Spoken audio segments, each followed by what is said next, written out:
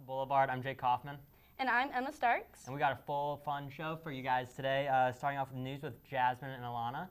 Then we have Food Fight with Kate and Armand. Followed by What's Poppin' with Matthew and Tamaya.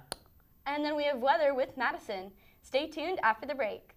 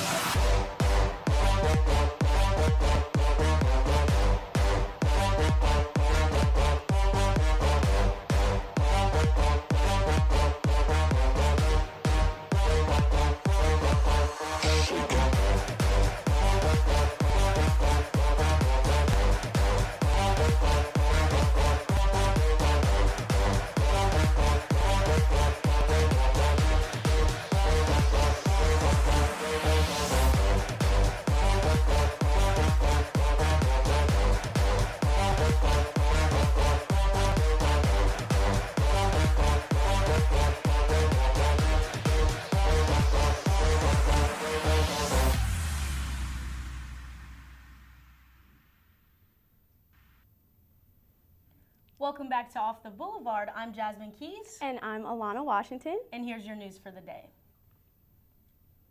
Do you have a pet that you just couldn't live without? Well, look no further, because there is hope, if you have money, of course. Singer-songwriter Barbara Streisand is getting backlash for cloning her dog. Streisand spent a big amount taking a genetic material from her Cotton-de Lear dog, Samantha, who died last year. People are saying this is a modern-day tragedy and pets are meant to die. You know the saying, all dogs go to heaven, right? Well, in this case, that didn't happen, and Streisand knows it because the dogs aren't behaving the same. We all know it's hard to move on from a pet, but unless you have money, like Streisand, let's not start this trend, or you may end up with your own pet cemetery. The Lawrence City Commission is discussing raising the tobacco age to 21. The discussion of whether the City of Lawrence should raise the tobacco age to 21 will be discussed at the City Commission's meeting this Tuesday. Vice Mayor Lisa Lawrence says that she wants to have a discussion about the pros and cons of the decision. About 20 other cities in Kansas have already passed the Tobacco 21 law. Do you have plans on May 19th, 2018? Prince Harry and Meghan Markle do, and so may you. Yesterday, the royal couple announced more details about their wedding at St. George's Chapel in the UK. They plan to invite 2,640 members of the public to their wedding, allowing them to feel a part of the celebrations too. Those guests will be in the Windsor Castle and get to see the wedding carriage procession as it departs. Members of the public will be selected from different regions of the UK with a special emphasis on those who have served their community. The couple will also invite 100 students from 2 local schools in Windsor that have a strong affiliation with Windsor Castle. Harry and Markle also plan to extend invitations to 200 individuals who take part in charities and organizations where Harry serves as royal patron and are close to the couple's hearts. So look out for your invitation because you might just get one if you live in the UK, of course. The new internet craze called the Selfie Boutique will be coming to Lawrence soon. The business is offering pre-sales on their Instagram titled The Selfie Boutique. This trendy art playground features exhibits that include balloons, donuts, and graffiti.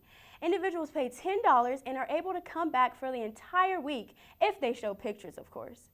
So all of you Instagram baddies better be on the lookout to improve your Instagram feed. Thank you for tuning into the news today. Next, we have Food Fight with Armand and Kate.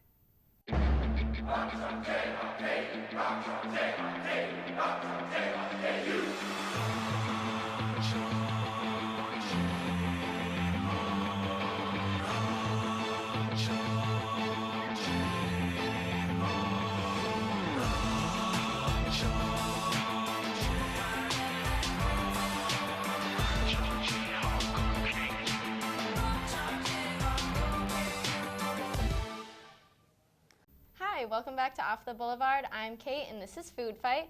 And today I've got a very special guest with me today. I've got my mom with me. Thank you. Thanks for coming with me, Mom. Thank you. So this weekend is my mom's weekend for my sorority.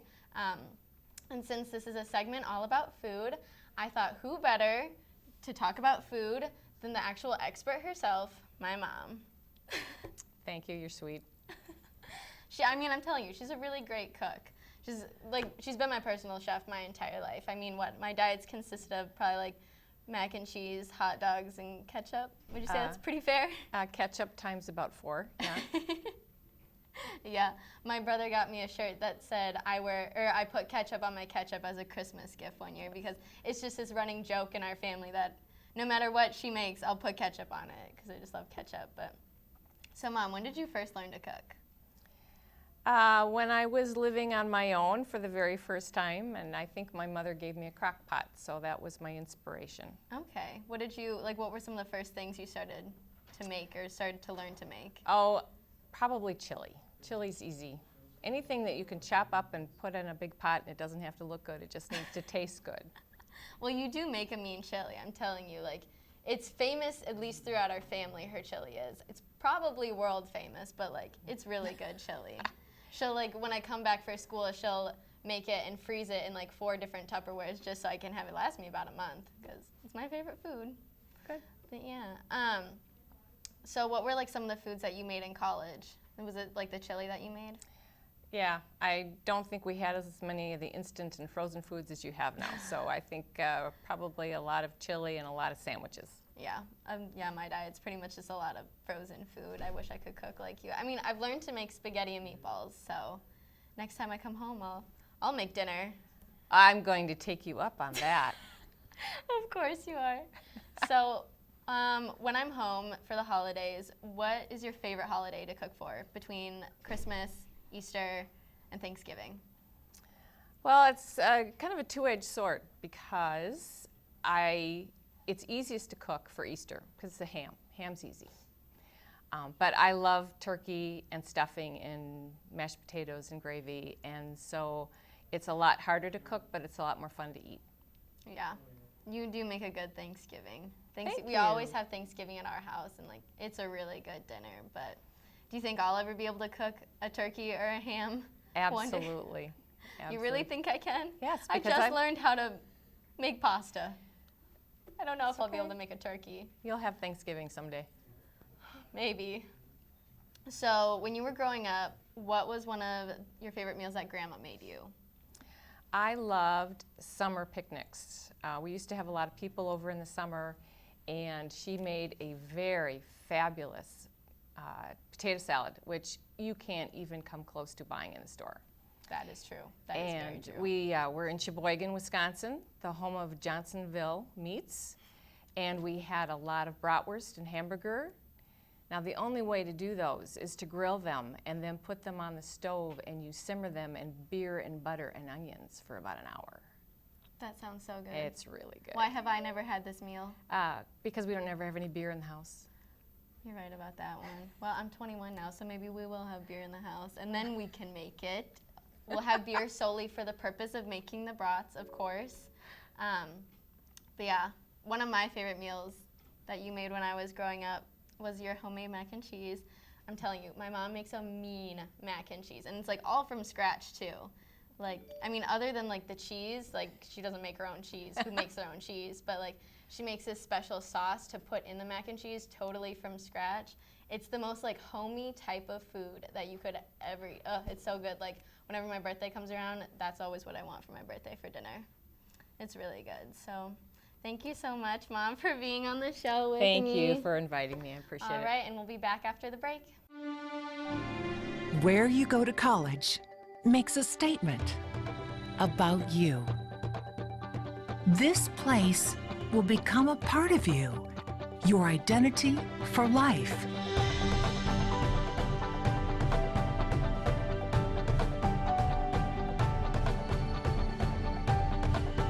The University of Kansas, a great place to be you. Hey y'all, welcome back to Off the Boulevard. Today we did Ready Player One. We're going to show you the trailer right now. My name's Wade Watts. My dad picked that name because it sounded like a superhero's alter ego, like Peter Parker or Bruce Banner.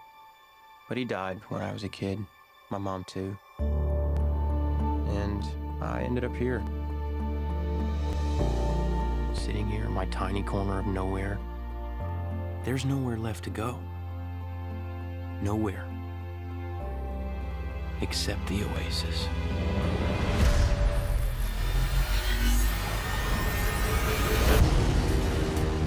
A whole virtual universe.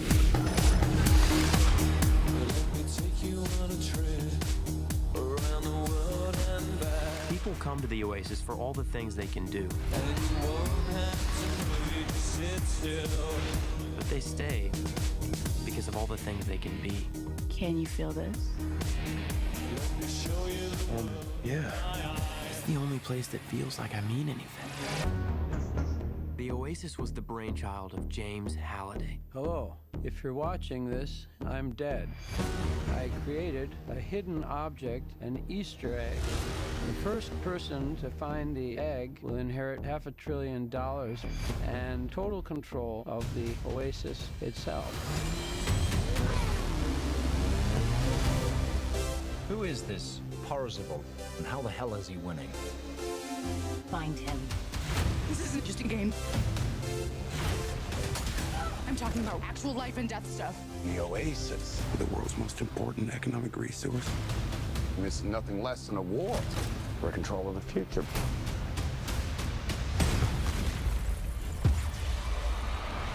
Welcome to the rebellion, Wade.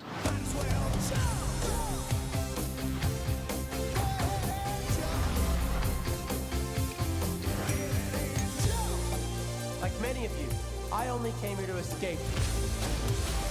But I found something much bigger than just myself. Are you willing to fight? Help us save the Oasis.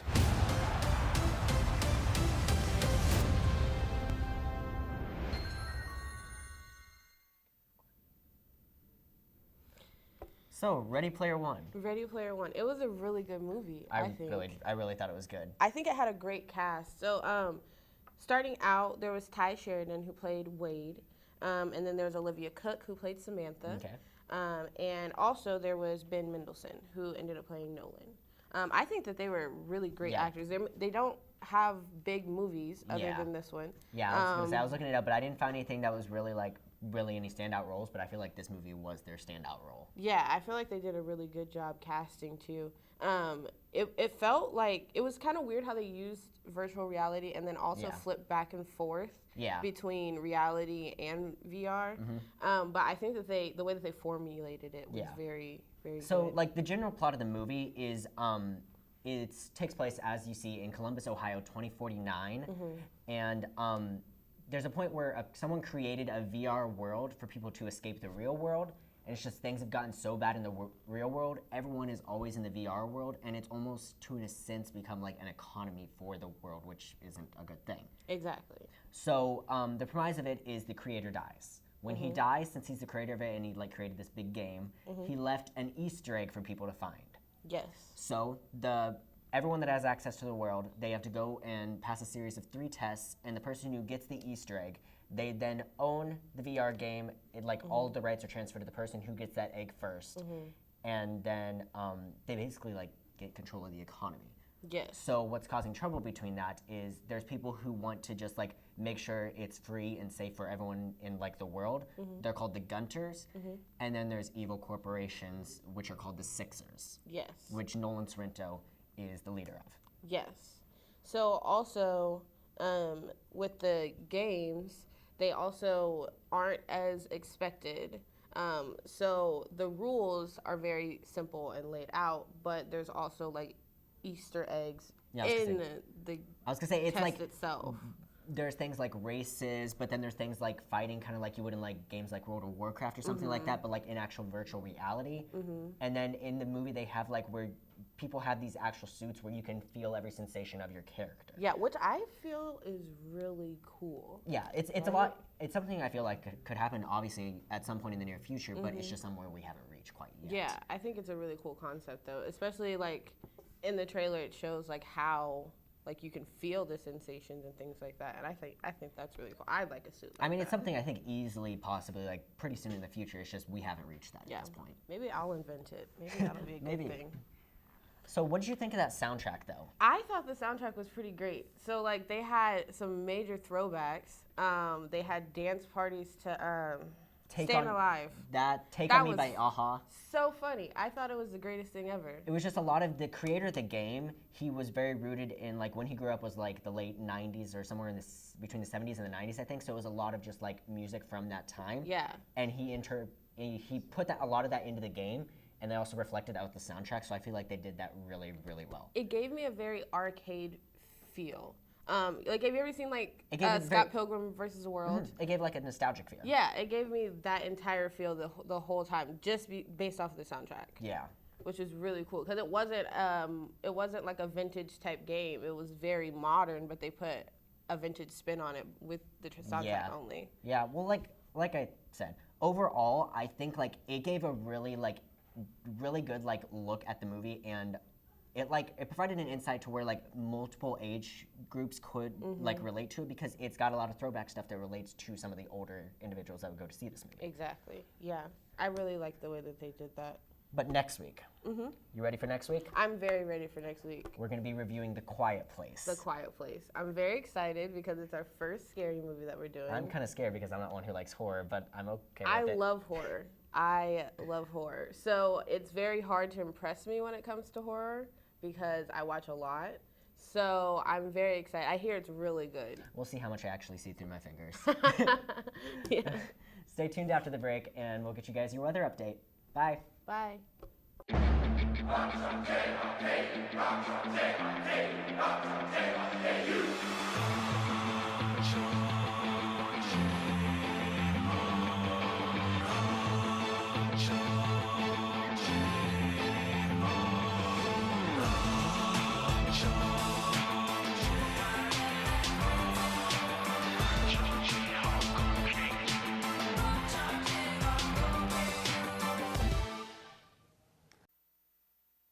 Welcome back. I'm Madison. I'm here with your weather for today. So, if you're outside today, I'm sure you've heard about the chance for snow. So that's up for today. And then we're going to cool off way off into tonight.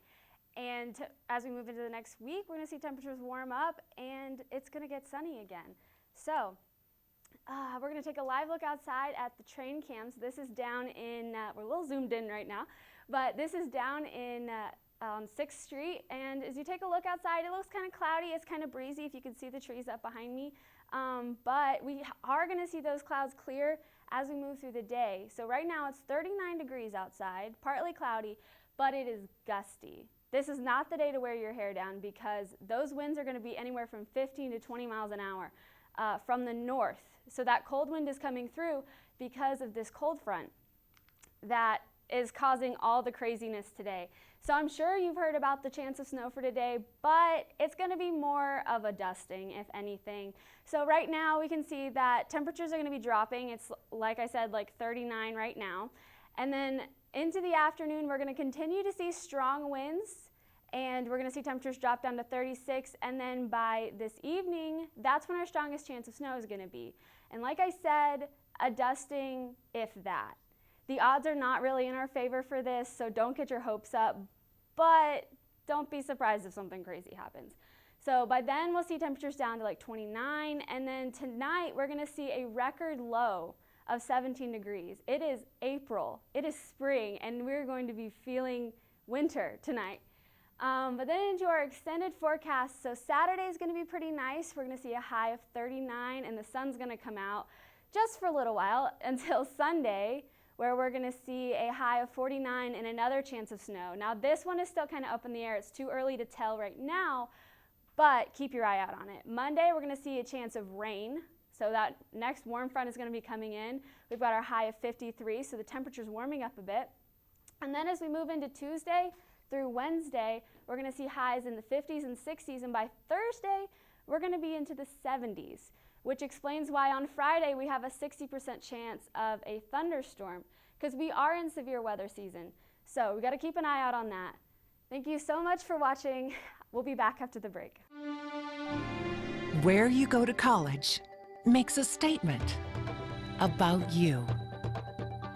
This place will become a part of you, your identity for life.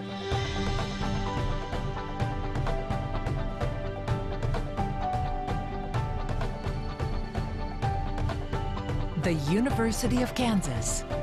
A great place to be you. Welcome back to Off the Boulevard. That was a great weather report by Madison. This whole week, it was so gloomy. It did not seem like April at all, but it might have just been so gloomy here because us KU students, we've been pretty sad this whole week about the. Yeah, it was a tough loss to Villanova this past week in the Final Four. But you know, it's hard to beat a team when they make 18 3-pointers. But you gotta give credit where credit is due, and also KU, just their perimeter defense was not showing up that game whatsoever. But you know what? At least we lost to the national champions in a year that many of us didn't even expect to make it to the Final Four. I thought it was going to be all next year was going to be the hype, but it was really great to see the excitement in Lawrence, and this team will be cemented, I believe, into KU history, considering no one thought we'd be where we are. It is sad to see 2 more players leave after we had 3 seniors take off their jersey for the last time now, with LaGerald Vick and Malik Newman declaring for the NBA draft, although LaGerald Vick has not signed with an agent, but he has said that he will not be coming back to KU. So we wish them the best of luck in their careers. We do. And Emma, what do you have planned for this weekend? You know, today I'm going to be working on a project all night, so that won't be that fun. And then tomorrow, going to be working on some more homework. Not fun. April's really that month where the teachers say, you know what, we should cram all projects, tests, and homework into 1 month and just really stress our students out and prepare them for life. So that's what I'm going to be doing this weekend. Do you have any fun plans? So my uncle actually came in town today, so I'm going to go home for tonight, going to see him. So it's always good to see the family, out-of-town relatives. And then I'll come back tomorrow, hang out with some friends. Like you said, big homework days. I got some journalism projects I got to work on, so that'll be fun. But then Sunday, I'm meeting my girlfriend's mother for the first time. Okay, wow. I'm pretty excited. I hope. Are you nervous at all? You know, there's always little nerves somewhere here and there, but I'm really excited. I hope I don't embarrass myself, but I really kind of hope that her mom embarrasses her a little bit. It'll be nice to hear some funny stories. So that's are you going to go in for the handshake, or are you going to go straight for the hug with her mom? I'm going for the hug. Okay. I'm going for the hug. Miss Pomerantz, so nice to meet you. Yeah. I'm gonna schmooze, you know.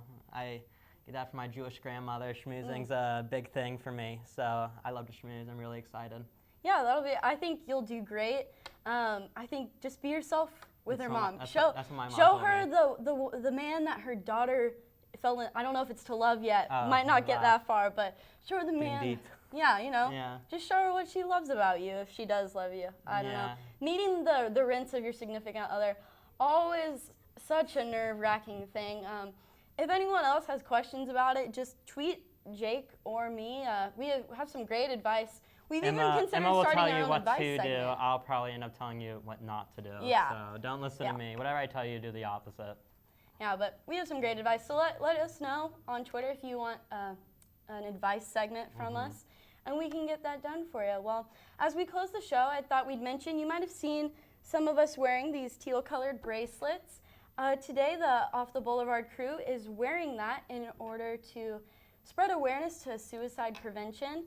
On the bracelets, it says, your story isn't finished, and it says, you are worthy. And it also has the suicide hotline number on it, which is 1-800-273-8255. So if you ever need that, it's on this bracelet if you pick one up from our producer, Spencer. And also you can find different hotlines online. But here at Off the Boulevard, we take suicide prevention very seriously, and we like to bring awareness to it because everyone has a story and it's not finished yet, so you should keep going and persevere. Well, we'll continue talking about suicide prevention as the weeks go on, as we finish out the semester here at Off the Boulevard. But that's all we have for this week. I'm Emma Starks. I'm Jacob Cole Kaufman. Have a great weekend, and them's the facts. Hey.